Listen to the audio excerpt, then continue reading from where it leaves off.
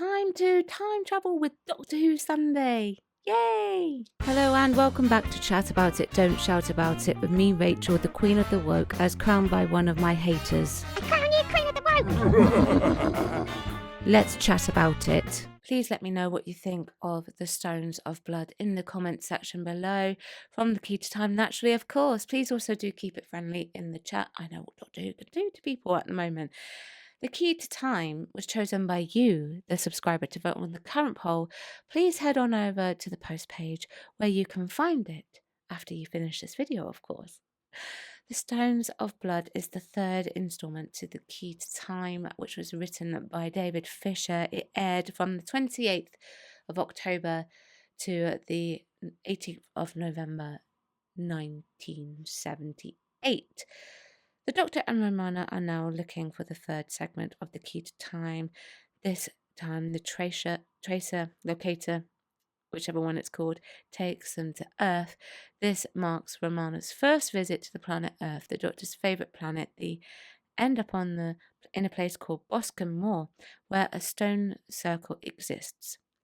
These stones are important to the story, as K9 explains that some are silicon-based. These stones feast on blood because they lack globulin. They discover, along with the help of Professor Rumford, that this druidic group had been worshipping Kalik. I do apologise if I say that wrong, by the way. A Celtic goddess who turns out to be Miss Fay. Miss Fay is an escaped convict. She escaped 4,000 years ago. She imprisons Romana, and the Doctor builds a machine to rescue her.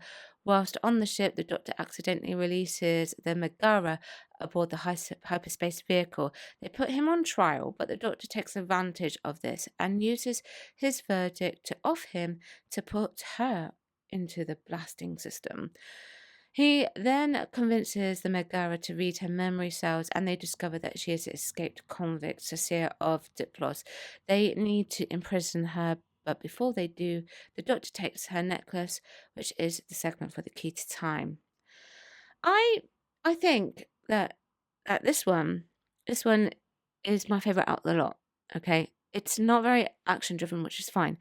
I think the basis for it being my favourite one is because of its historical relevance. Do you know what I mean? I mean, I like the history of Doctor Who anyway, which you should know, really, if you've been following now for long enough.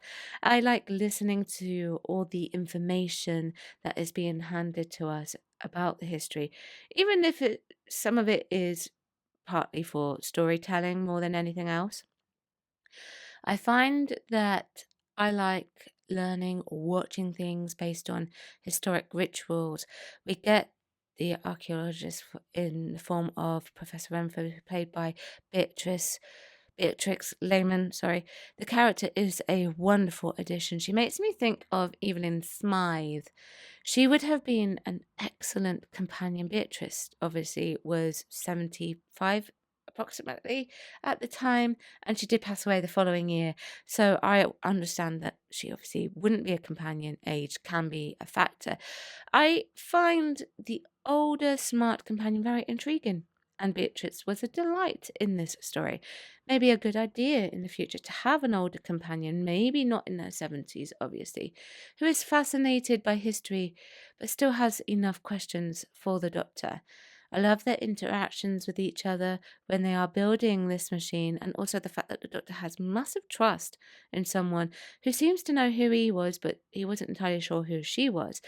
That he allowed her to use this clever machine to get him into that spaceship. A nice little touch, and that machine was also a very good plot device.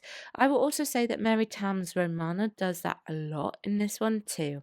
So I like that a lot as well. You know, has plenty of questions because obviously it's her first visit to planet Earth.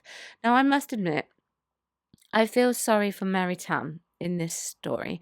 In fact, actually, I also feel sorry for Susan Engel as well.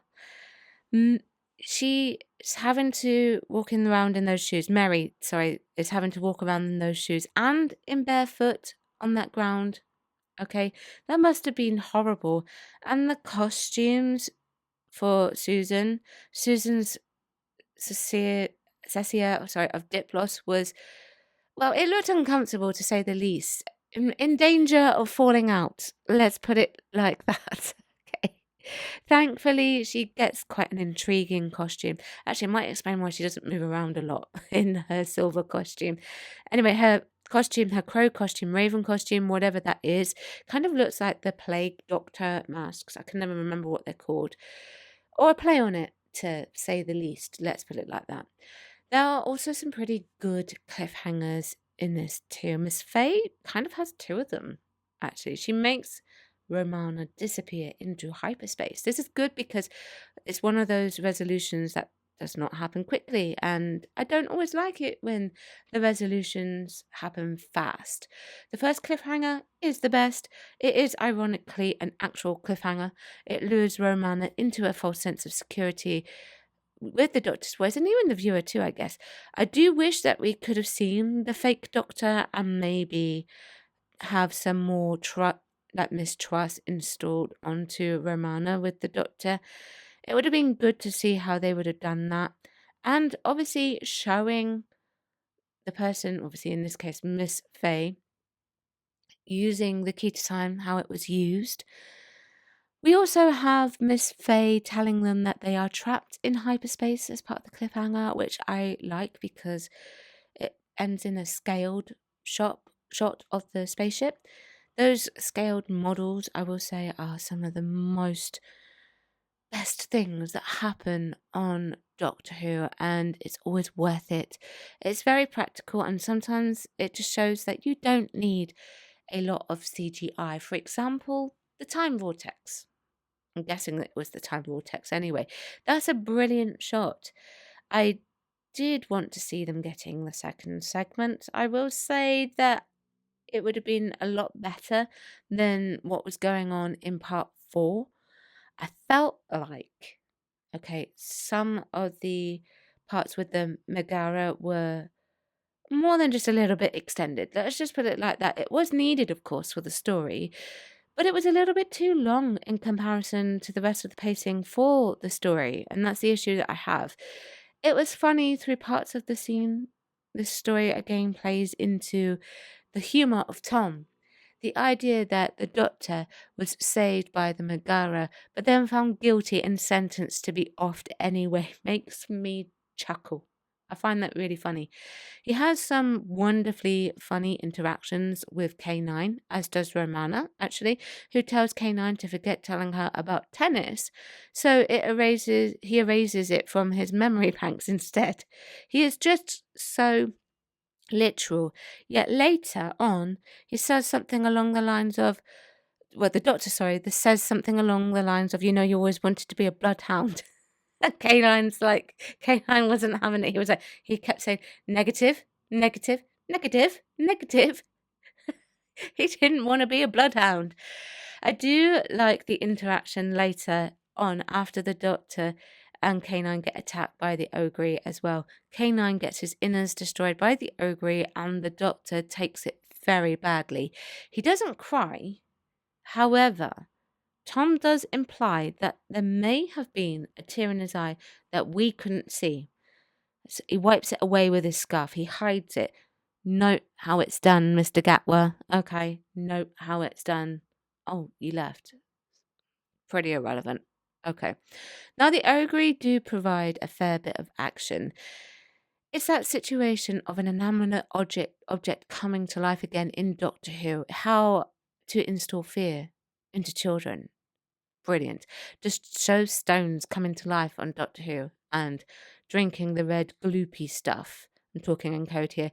That pumps throughout the veins. I'm talking in code because I already have a warning. I love the way that these ogres are handled as well. I like the fact that there are 3 to defeat, one for each 3 parts of the story. Tom becoming a matador is incredibly funny and an ingenious bit of unexpected writing. The Megara serving a much better purpose in destroying the second one as well. I like how they did the effects with the Megara, now that I'm thinking about the Megara again. You can tell that they had a tight budget, which is fine. All right, there's nothing wrong with that. They used whatever resources they had and they keep the effects very simple indeed. And that's good. I think it's also a good idea to show a sacrifice. And I thought the Doctor was the apt choice to participate in it, even though I don't agree with making human beings a sacrifice. I think that is wrong. Don't do it. That kind of plot driven centric device is always a must in Doctor Who. Because the Doctor, even though he can regenerate, he can still lose his life. So, with regards to storytelling, YouTube, with regards to storytelling, okay, I approve of it, okay, for the purpose of the story, and that the Kalik demanded it. We, the viewer, are lured quite a fair bit into a false sense of security, almost. We hear about the fact that there are only 9 travellers, but more stones, which sow the seeds of how the other stones got there. And obviously, then we've got the mystery of the missing paintings. Now, we do love us a priest hole in Doctor Who, don't we, darlings? I like how the priest hole is used in this. The mysteries of the crows and the ravens are somewhat important to how the story unfolds. They also add darkness to it all. Now, I had already guessed that Miss Fay was the one behind the mask, performing the rituals. However, I didn't guess that she was also Lady Montcalm, Signora Chimera, and Miss Trefusis. I think I've said that correctly. And that she had been on Earth for over 4,000 years, and she was the Kalik. Sorry, that was quite a twist, and I love the fact that the twist got bigger and bigger, and we discovered that the Megara was after her. Now the Doctor, with that, well, that was more than just a bit reckless. I think he took a huge risk. He took the risk, and it paid off. Unlike today's Doctor, learn, Russell T Davies, learn. We find out she is the criminal from Diplos in Tau Ceti. The Doctor couldn't have known that it was going to work. It was pure deduction, in my opinion, which I think is also another reason why it makes it reckless. But I suppose reckless more in a good way, because it didn't involve in his companion being in danger, right? Can I justify that? I don't know. So, The Key to Time is not one of my favourite stories, but one thing that they have in common throughout all the different stories in the story arc is the wording that they use. I have found something on these rewatches so far where I feel like what they're saying, what the Doctor is saying, is just brilliant, because the wording is just apt choices. In this case, for this story, it's the Megara. Okay, so they discover, obviously, she's not Vivian Fay, Miss Fay. They discover she is Cecile of Diplos, and she is guilty of the theft and misuse of the Great Seal of Diplos, also removing silicon-based life forms from the planet in contravention of Article 7594. And obviously, she is employing everything for her own ends. It's like fabulous wordings. Obviously, that was not a direct quote, it was just part of it. Through the twists and turns of this story, I also did not realize that she had the third segment either. Okay, although they do keep reminding us throughout that they are looking for the third segment, unlike the previous story. It took the second watch to realize that she may have been the adversary for the Black Guardian that they keep making a reference to, or they had made a reference to in the first part of the story, to the Key to Time. I love it when things like that happen. You get it on a later watch, you know what I mean? You miss it first time around, but you get it. And the fact that it was the necklace, that was left field for sure. Okay. And then, of course, her imprisonment is turning her into stone. That I can imagine would freak any child out, I would say. Now, this story is easily my favourite story from The Key to Time. Okay. So that's what I think about it. Slightly shorter than normal. I do apologise, but I have had an operation this week. Please do let me know what you think of the Stones of Blood in the comments section below. Check out some of the other content I have picked out for you. Thank you very much for watching, and I shall see you tomorrow at 4 p.m. Bye-bye. Thank you for watching today. Don't forget you can join me on my other platforms as well. I've got YouTube, Rumble, Spotify, X, TikTok, Instagram, Locals, Substack, and I also have a Discord. Everything is linked below.